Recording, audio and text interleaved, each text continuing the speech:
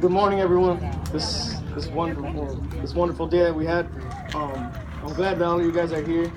I wasn't expecting that many people, actually. I'm really impressed with what happened today.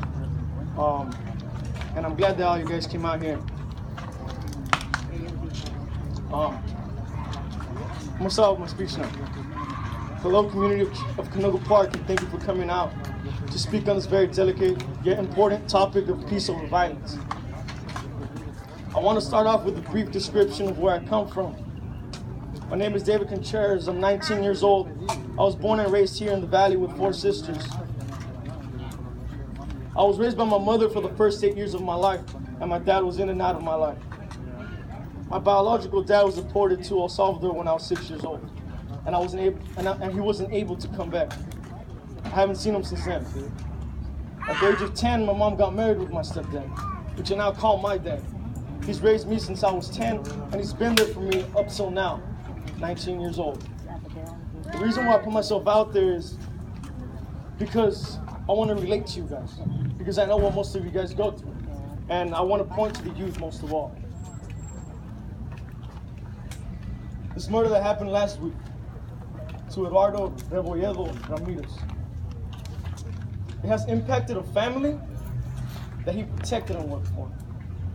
This person who cared for his family, and for them to never see him again is a disaster. Because this left a broken family, and this left broken hearts.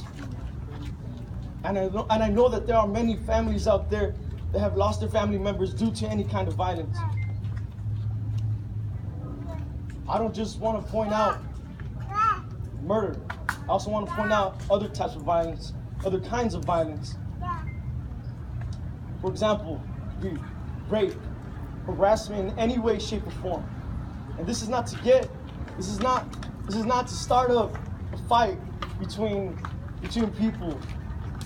This is to unite us. This is for us to make conscious of what's going on around our community. Because many people are getting hurt. Many people. Not only this family has been hurt, but others too. Others have been hurt before.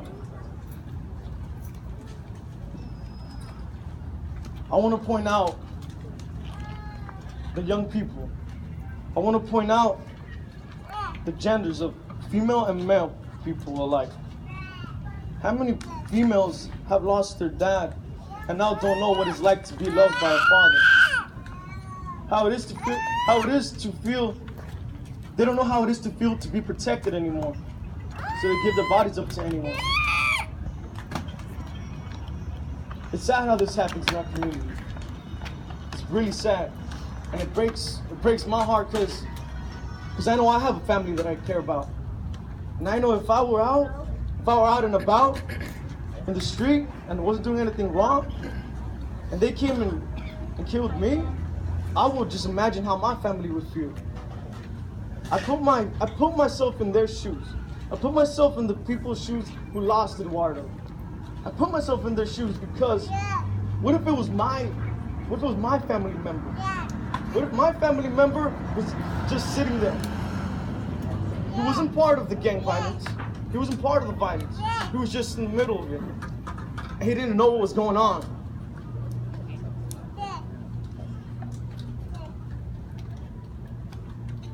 Who knows if the family member even got to say goodbye, I love you, in the morning before he left.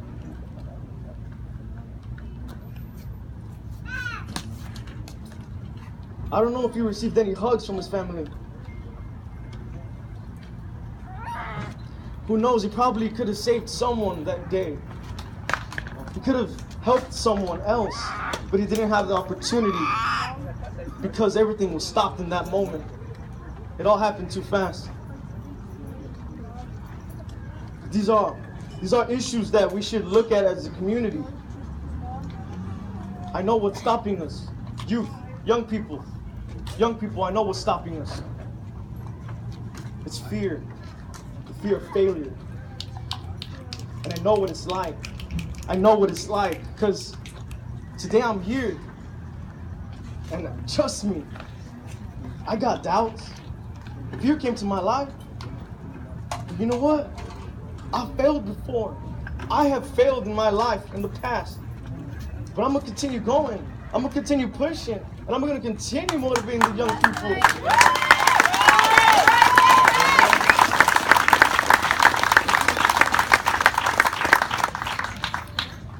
We don't allow ourselves to be free. We shouldn't let fear have a single bit of space in our hearts.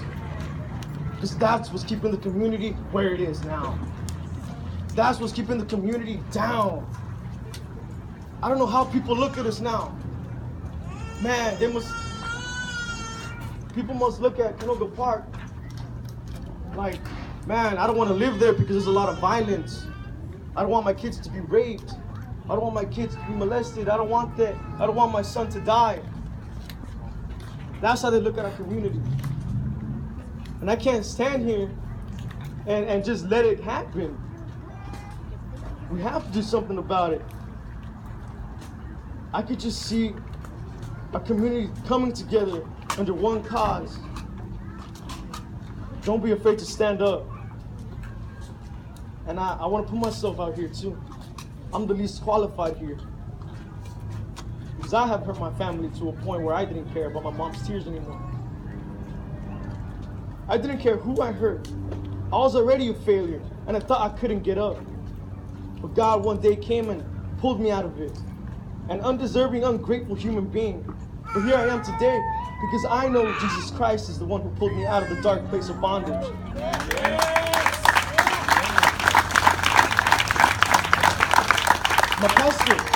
My pastor one day told the congregation that God uses the ones who don't feel qualified to do big things. God looks at the small ones, at the ones who think they can't, at the ones who can't talk or are not able to speak in a crowd, the ones who are looked down at by their families because of their failures. I am that guy. I am just barely getting up. I never would have thought that at this age I would walk on stage and speak before you all. The reason for it is because failures will always be failures. And I was being trapped into my failures. I couldn't see beyond my failures. I was afraid to fail. I was afraid I couldn't reach any further than I can see.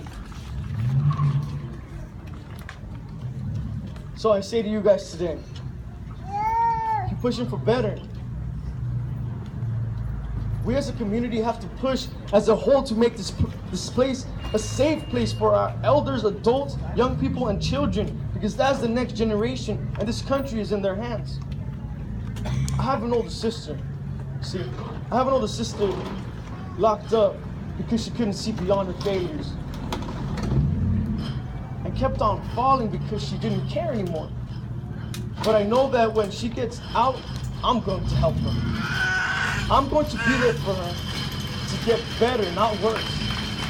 I've seen that it's become so normal to my generation to see gun violence, rape, physical abuse, and emotional abuse that it doesn't seem like a big deal anymore.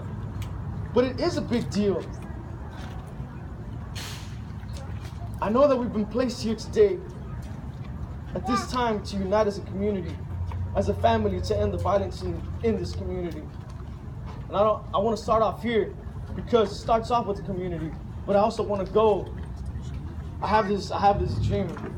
I have this dream where I want the whole world to see it.